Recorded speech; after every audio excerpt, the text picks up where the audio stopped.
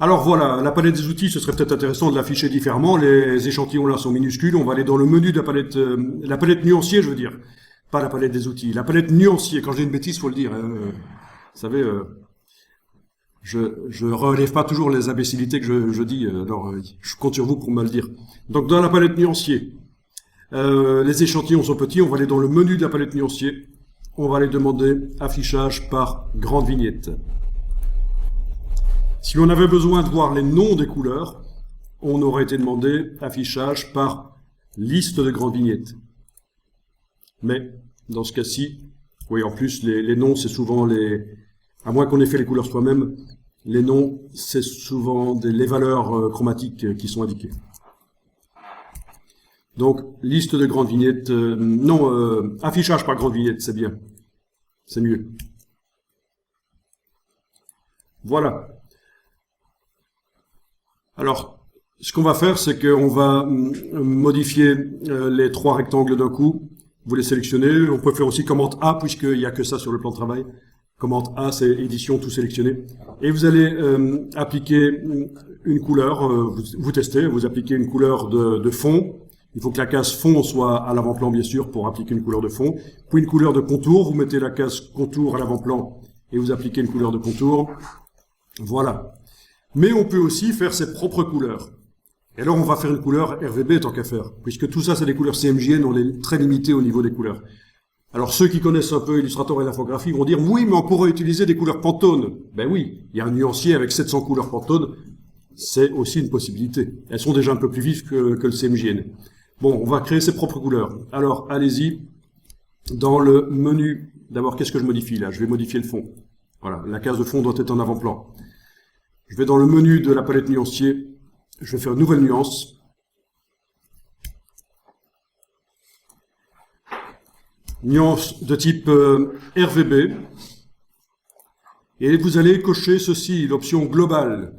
Dans InDesign, quand vous créez une couleur, elle est d'office globale. Ça veut dire que quand vous allez modifier par la suite la couleur dans le nuancier, tous les objets du document qui utilisent cette couleur se modifieront. Dans Illustrator, il faut le demander que la couleur soit globale, qu'il y ait ce lien entre la couleur du nuancier et les objets. Donc, couleur globale. Et vous créez votre couleur.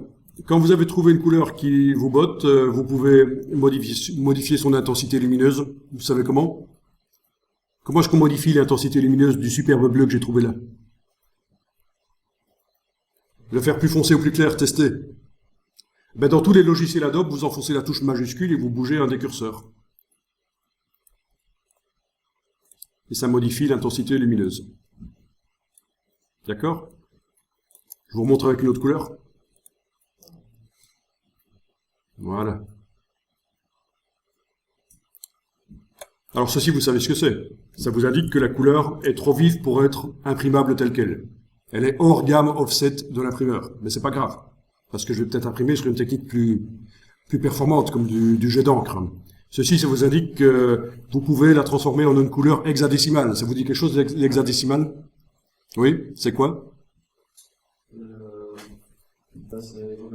C'est ça, c'est une définition de couleur avec 3 paires de lettres ou de chiffres. Donc, ce qui nous fait 3 x 2, 6, hexa, hein, hexadécimal.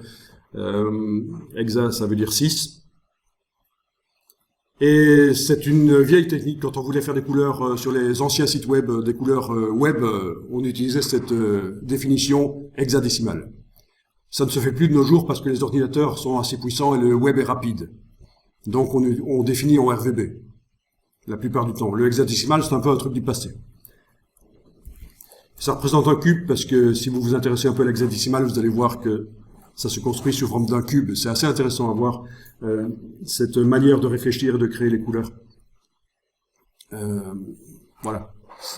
La manière dont ces lettres et ces chiffres se créent. Si vous me faites penser, je vais vous retrouver une petite démo sur le web à ce propos.